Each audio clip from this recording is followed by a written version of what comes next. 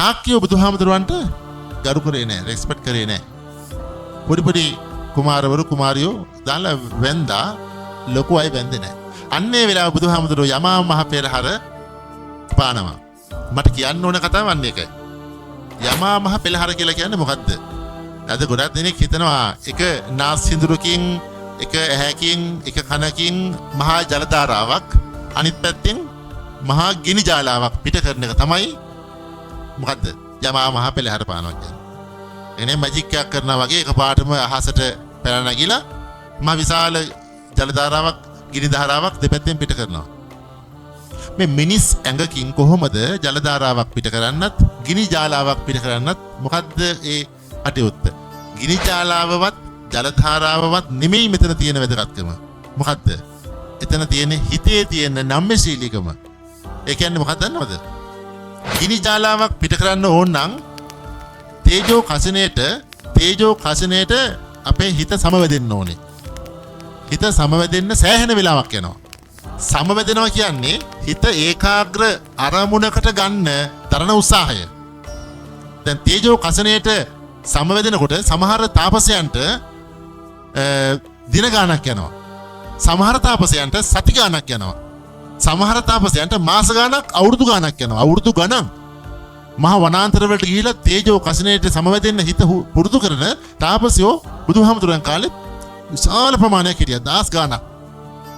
බුදුහාමුදුරන්ට තේජෝ කසිනේ කියන්නේ ඇසේ පිල්ලක ප්‍රමාණයෙන් ක්ෂණයකින් බුද්ධම ඉක්මනින් හිත නම්‍යශීලී ටක්ගාලා තේජෝ කසිනේට සමවැදිලා ගිනි ජාලාවක් යන විදිය පෙන්වන්න පුළුවන්.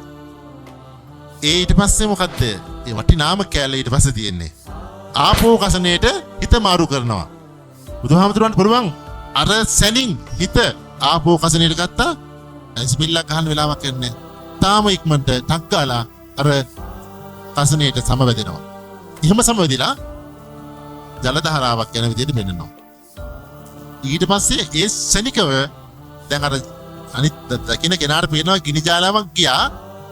ගිනි ජාලාව ගිහිල්ලා තව විනාඩියකින් ජල ධාරාව ආය විනාඩියකින් එහෙම නෙමෙයි. මේක නොනවත්වා දෙපැත්තෙම ක්‍රියාවලිය සිද්ධ වෙන්න හිත කොහොමද එහාට මෙහාට මාරු කරන්නේ? ලයිට් එකක් මෙහෙන් ඕෆ් කරනවා, මෙහෙන් දානවා. හරිද? ලයිට් එක දෙපැත්තේ මාරු කරලා දැන් ඉස්සෙල්ලා ඕෆ් කරා වගේ දෙපැත්තේ මාරු කරලා ගියොත් එහෙම ඒ මාරු කරනකොට ලයිට් එක පත්තු වෙලාම තියෙනවා කියලා පේන මට්ටමටම පුළුවන් ද ඕක ඕෆ් කරන්න ඕන කරන්න. මං නමුත් ඔබ දන්නවද මේ ලයිට් එකක් නිවි ආයේ පත්තු වෙන්නේ කියලා? මේ බල්බ් එකක් නිවි පත්තු වෙන්නේ. අපිට පේන්නේ මේකේ පත්තු වෙලාම තියෙනවා කියලා. ඒක හොඳට බලා ගන්න පුළුවන් ඔය හොඳ ෆෝන් එකකින් වීඩියෝ කරනකොට නේද? මේවා කොහොම ගැස්සෙනවා. ආයේ ඒක චුට්ටක් අහු වෙනවා ඒකට. අන්න ඒ වගේ තමයි මේ බල්බ් එකක් නිවි පත් වෙන්නේ. දැන් අපිට පේන්නේ මේක පත්තු වෙලාම තියෙනවා කියලා. හිතන්නකො මොන තරම් වේගවත්ද කියලා. අන්න ඒ වගේ තමයි මේ හිත ආපෝ කසිනේටත් තේජෝ කසිනේටත් බුදුහාමුදුරුවෝ දෙපැත්තටම මාරු කළා. යමා මහ පෙළහර පෑවා කියන්නේ ඒකයි. දැන් ඔබ හිතන්න බුදුහාමුදුරුවෝ වෙන තාපසවරු වෙන සාස්ෘවරු කරපු දෙයක් තමයි අවුරුදු ගණන්, දින ගණන්, සති ගණන් ඒකට හිත හුරු කරවන්න උත්සාහ කරද්දී බුදුහාමුදුරුවන්ට ඒක ඒ තරම්ම ප්‍රශ්නයක් නෙමෙයි, තරම්ම අභියෝගයක් නෙමෙයි. ඒ දේ පෙන්නපුවාම ඒ ගැන දන්නවනේ. එතකොට වැඳ වැටෙනවා. මෙහෙම උත්තමයෙක්ද මේ? මෙහෙම උත්තමයෙක්ද? වැඳ වැටෙනවා. අන්න එකයි. ඒ නිසා මේ අපි ගාව තියෙන යම් හැකියාවල්.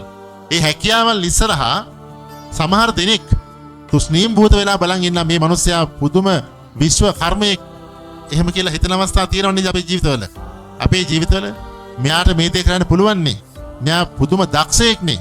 අන්න ඒ මට්ටමට බුදුහාමුදුරුවෝ දා ශාක්‍යෝ ඉස්සරහා යමා මහ පෙළහර පාලා මම මෙහෙම කෙනෙක් කියලා පෙන්වනවා. එච්චරයි. යමා මහ පෙළහර පෑම තුල දන්නවා ඊටු කතන්දරේ මොකද්ද කියලා. දන්නවා ඒක. මොකද ඒ කාලේ ඒ පිළිබඳ අවබෝධයක් තියෙනවා. ප්‍රඥාවන්තයන්ගේ යුගය බුදුහාමරගේ යුගය කියන්නේ. මේ අද වගේ නෙමෙයි ප්‍රඥාවන්තයන්ගේ යුගය.